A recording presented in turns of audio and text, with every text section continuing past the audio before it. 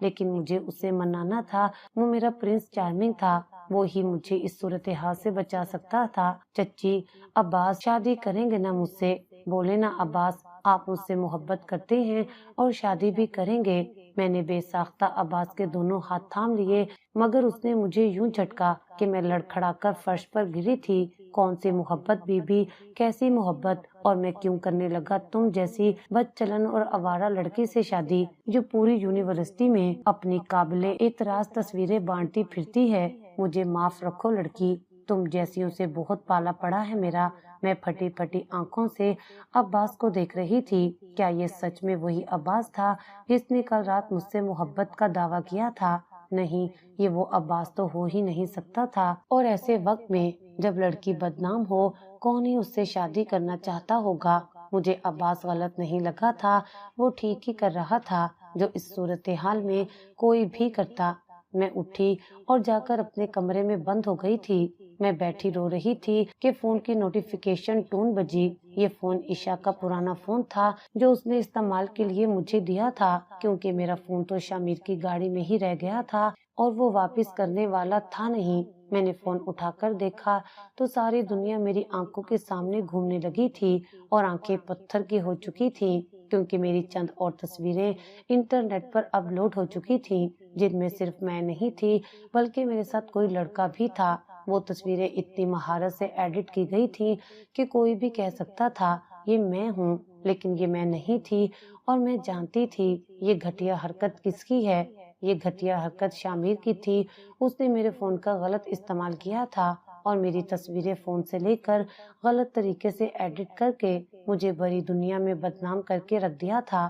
باہر سے مجھے چچا اور چچی کی آوازیں آ رہی تھیں جو مجھے گالیاں دیتے جا رہے تھے, اور میں سہمی سی بیٹھی اپنے کمرے میں رو رہی تھی. رات تقریباً 1-2 بجے کا وقت تھا جب میرے کمرے کے دروازے پر دستک ہوئی. باہر عباس تھا جو مجھ سے کوئی ضروری بات کرنا چاہتا تھا, اور مجھے لگا کہ شاید وہ میری طرف کی کہانی بھی سننا چاہتا ہے. وہ میرے ساتھ کھڑا ہونا چاہتا ہے, اس لیے میں نے دروازہ کھول دیا. اس نے مجھے خاموش رہنے کا کہا اور کمرے میں داخل ہو کر دروازے کو کنڈی لگا دی. میں اتنی کوئی پاگل تھی کہ اس کی کنڈی لگانے کو بھی سمجھ نہیں سکی تھی. ساری دنیا کے ساتھ انجوائے کرتی پھر رہی ہو اور مجھے کہہ رہی تھی میں تمہیں شادی ہونے تک چھوؤں نا. عباس کی نظروں میں بہت کچھ عجیب تھا جس نے مجھے ڈرا کر رکھ دیا تھا. سب کے ساتھ انجوائے کر سکتی ہو تو میرے ساتھ کیوں نہیں؟ گھر کی بات ہے, کسی کو پتہ نہیں چلے گا. میں پھٹی پھٹی آنکھوں سے عباس کو دیکھتی رہی. وہ تو میرا پرنس چارمنگ تھا, پھر وہ دیو کیسے بن گیا تھا, وہ شیطان کیسے بن گیا تھا.